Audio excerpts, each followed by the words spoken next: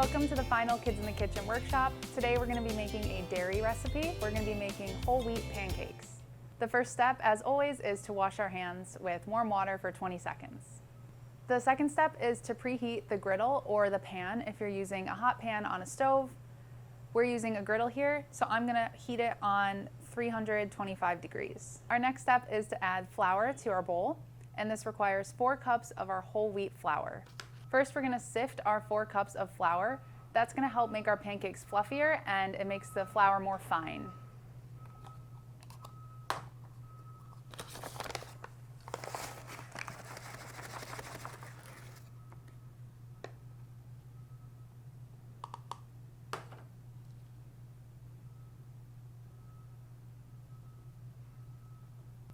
If you don't have a sifter to use, that's okay, you can skip this step. It just helps with the texture.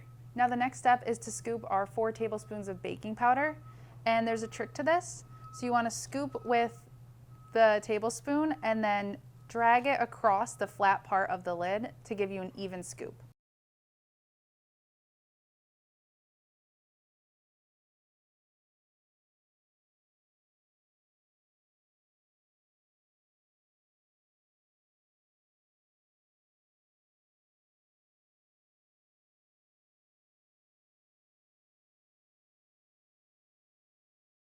And next we're going to add our 2 teaspoons of salt to the recipe. We can tell that this is a teaspoon because it has a lowercase tsp compared to a tablespoon, which would be a capital T.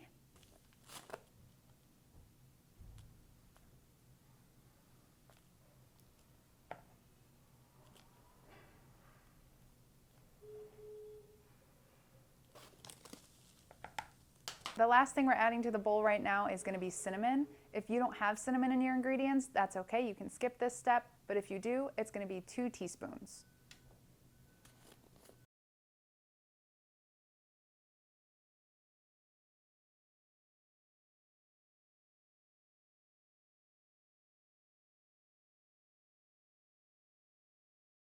Now, before we add in any wet ingredients, we're going to stir to combine the dry ingredients.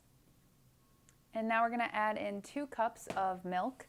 That's going to be about 2 of these milk boxes. Your ingredients might look a little different, but I'm just going to cut these open with scissors and pour them in. And the next step is to pour in 2 cups of milk, or 16 ounces.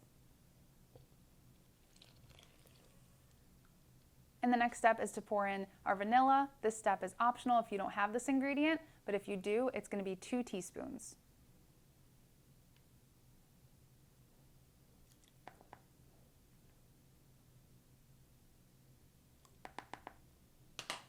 And for our sweetener, we're using maple syrup.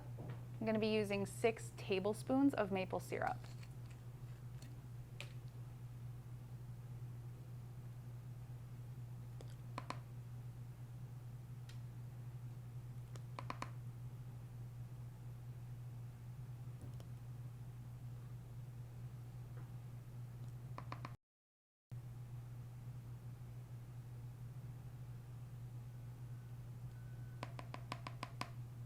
And the last thing to add to our bowl is 2 cups of water.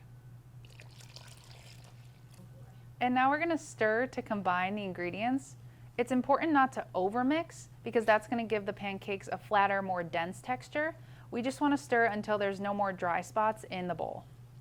And now I'm just going to pour our pancake mix into small circles across the griddle.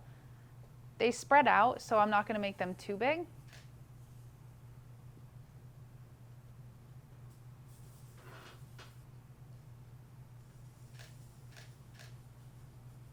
I can tell that the pancakes are ready to be flipped because all the bubbles have come up to the top and they've all popped. So after about 2 minutes, they're ready to be flipped.